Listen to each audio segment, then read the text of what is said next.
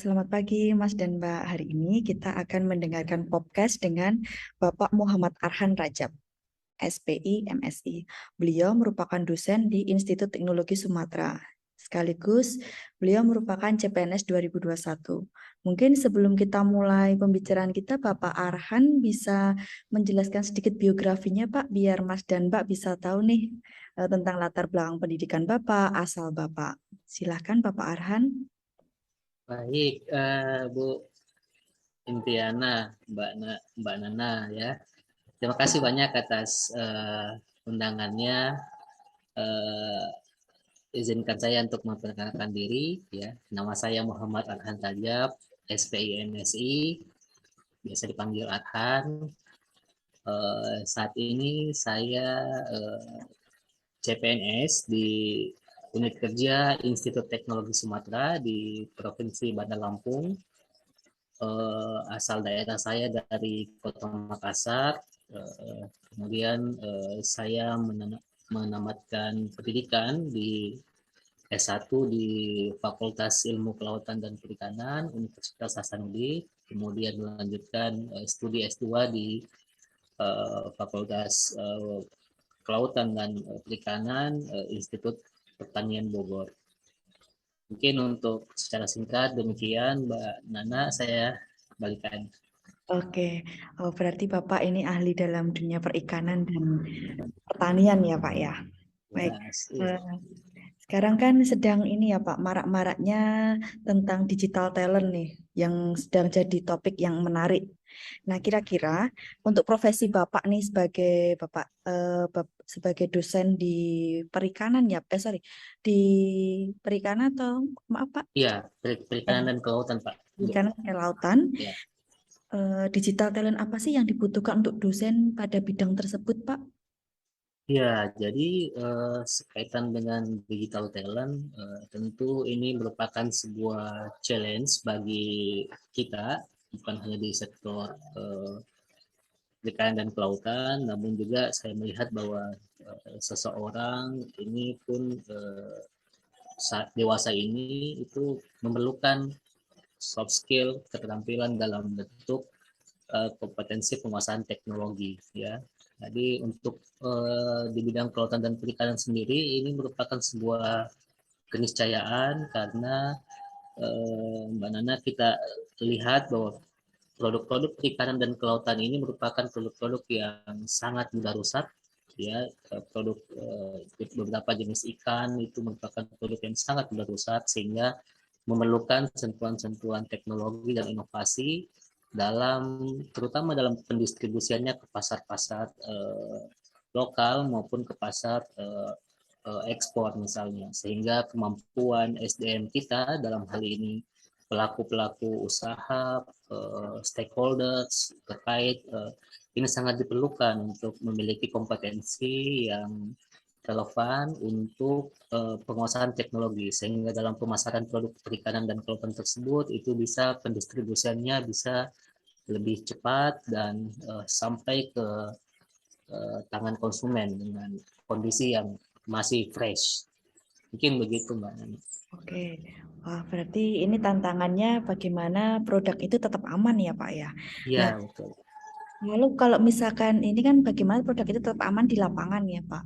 Bagaimana sih model pembelajarannya, Pak? Apakah kita mengajarkan pada mahasiswa tentang sistem packaging yang bagus atau apa, Pak, untuk agar produk ini tetap bisa aman dan mahasiswa tetap dapat memperoleh materi pembelajaran yang memadai?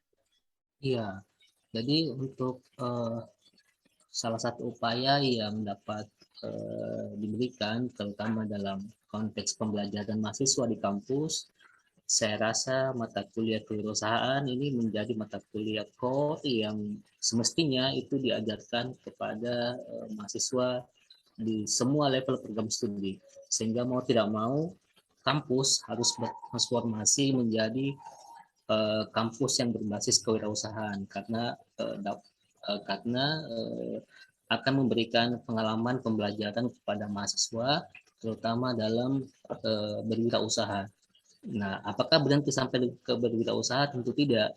Nah, disitulah peran kita selaku dosen dalam memberikan elaborasi pengetahuan, bukan hanya pengetahuan konsep kewirausahaan, tapi bagaimana juga mentransformasikan ilmu pengetahuan, terutama dalam penguasaan teknologi, ya, penguasaan teknologi, bagaimana pemasaran, metode pemasaran yang efektif dan efisien, tentunya berbasis pada digital. Mungkin begitu, Mbak Nana. Baik, berarti mahasiswa sekarang sudah diajarkan berwirausaha sejak dini ya Pak ya. Ya, Kira-kira mereka bagaimana Pak?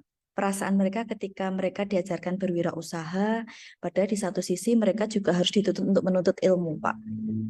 iya. Jadi konsep berwirausaha ini ya menurut saya perlu kita melakukan pendekatan personal, karena kita percaya bahwa setiap anak memiliki potensi masing-masing, ya, seperti demikian.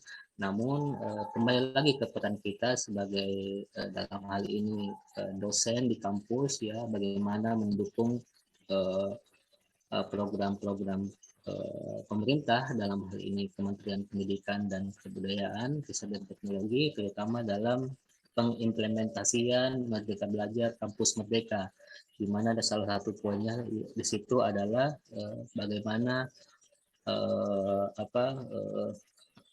program kewirausahaan itu merata pada dunia pendidikan, sehingga menjadi tugas kita sebagai dosen untuk bertanggung jawab memberikan pelayanan yang maksimal kepada mahasiswa, agar mahasiswa dapat membagi waktu, mengembangkan potensi yang dimiliki, dan terus belajar dalam mengembangkan bidang-bidang kewirausahaan yang mereka tertarik pada sektor tersebut.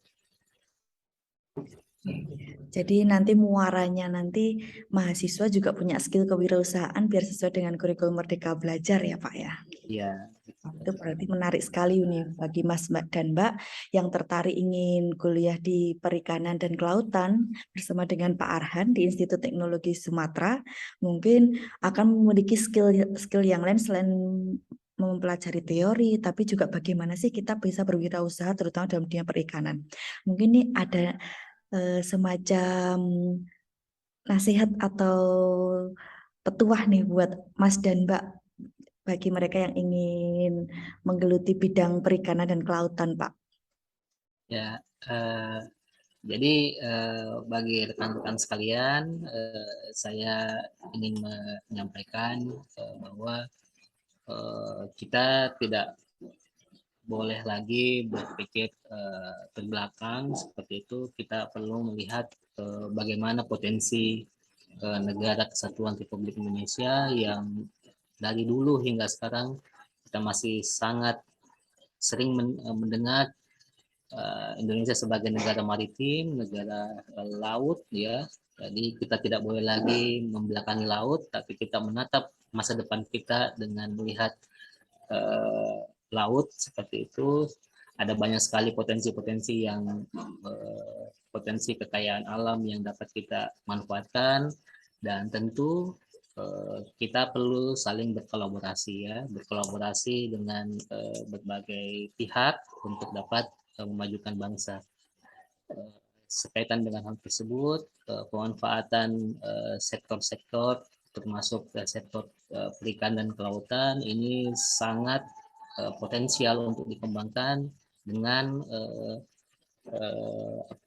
berbasis pada digital atau teknologi. Jadi sekarang sudah banyak sekali platform-platform yang berbasis pada teknologi untuk memasarkan produk-produk perikanan, produk pertanian, dan tentu kita sebagai anak bangsa, kita juga perlu memberikan kontribusi dalam hal bagaimana peningkatan kegiatan ekonomi yang terus berkembang, terus berjalan untuk kesejahteraan masyarakat Indonesia. Jadi kita terus semangat dan terus berpikir positif. Terima kasih, Mbak Nana.